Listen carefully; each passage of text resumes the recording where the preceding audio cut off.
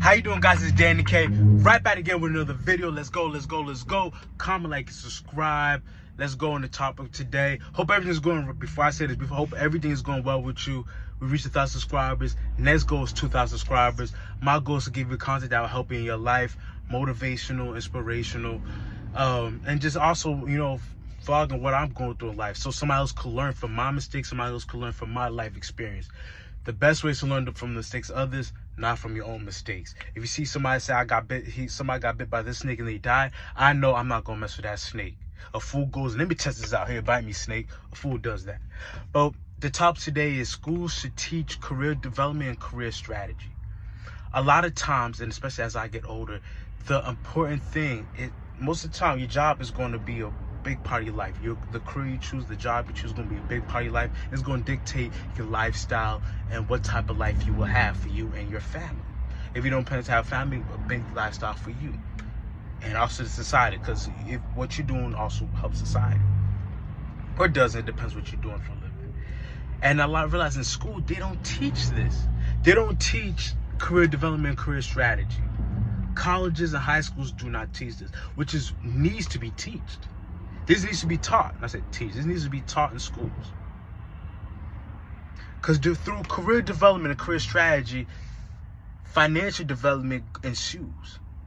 They're partners. A rising tide raises all boats. If you know, okay, with this career, I can make it into a business. I can make X amount. I can make 120, 150. I can make 100,000. I can make 80, 90. You know what type of lifestyle or what type of financial development you could have or might have if you make the right choices.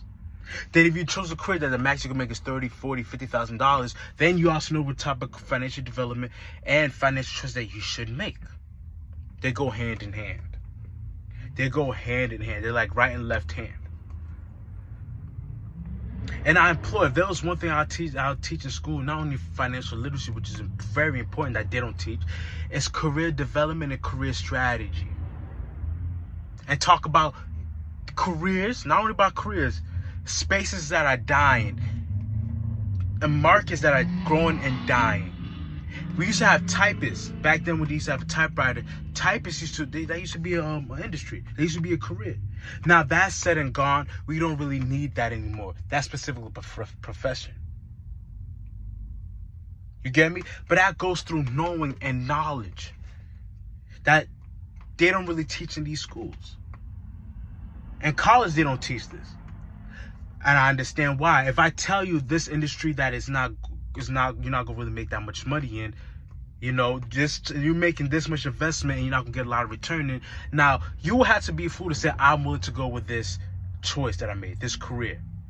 But now when nobody gives you that choice, you could go into the slaughterhouse and not know it. You be like, oh, I plan on doing X, Y, Z, and that is not gonna go together, and you don't know it. You have no clue about it,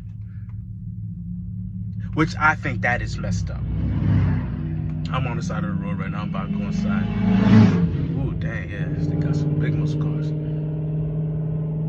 At least you get the freedom of choice. I have no problem with institutions and people making money. A fool is born every day. I've been a fool sometimes in my life too. And the times I've been a fool, the money I've lost, I deserved it. That was a learning lesson. But if the information is there and you choose to be a fool, that's on you. But going and taking advantage of young people, 18, 19 years old, young adults, to be in positions to spend money in careers and certifications that's not going to make many money, that is not only is it low life, not only no integrity in that system, it's messed up, because now they're behind the 8 ball. I met people with $300,000 worth of debt in their 20s. In a career that's only going to be making the max you can make is $60,000, and that's if you're lucky. The average is $30,000, $40,000. You in $300,000 worth of debt for a degree that's going. Come on, I know people in not even degrees, drone schools. You can go in drone school, spend those $1,000. There's no market for that. You can have your own drone, learn it, and just do what you gotta do. So you're gonna spend $5,000, $10,000 on something that the market share, what the market wants, is not there, or if it's there, it's there in limited supply. When you're a nurse, I see things. People need nurses everywhere. In Pennsylvania, they had $30,000 sign-on bonus for nurses in PA.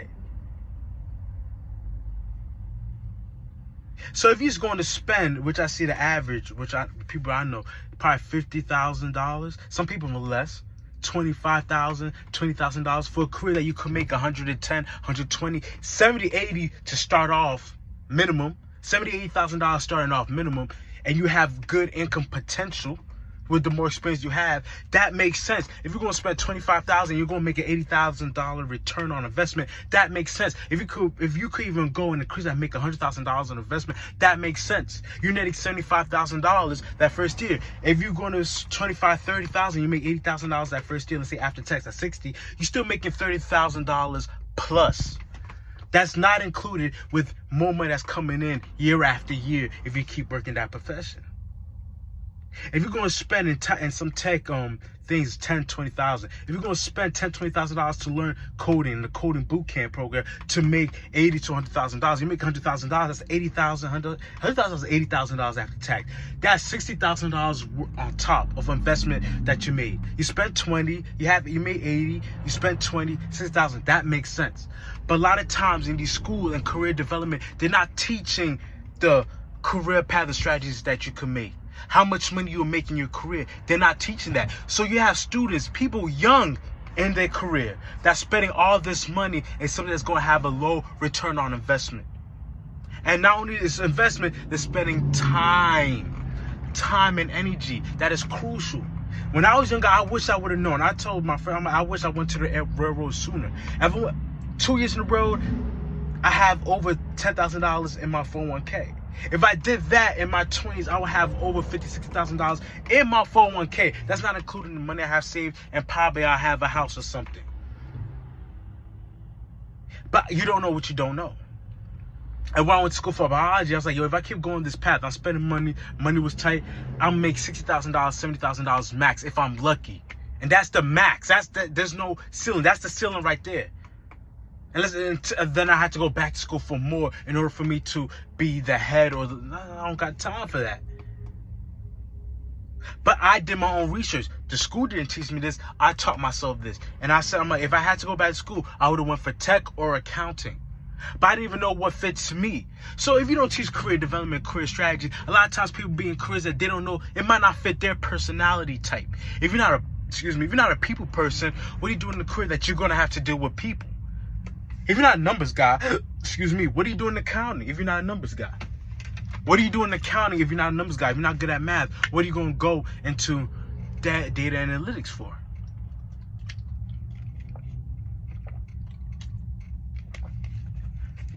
Why?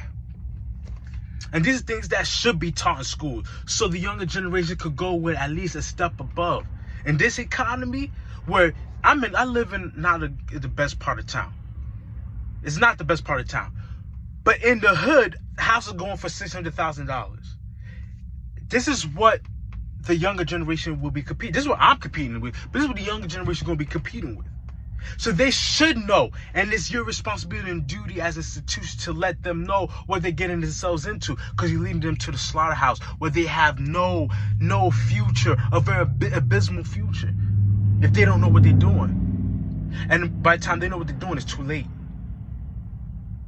When I worked security, I was with people who master degrees, PhDs.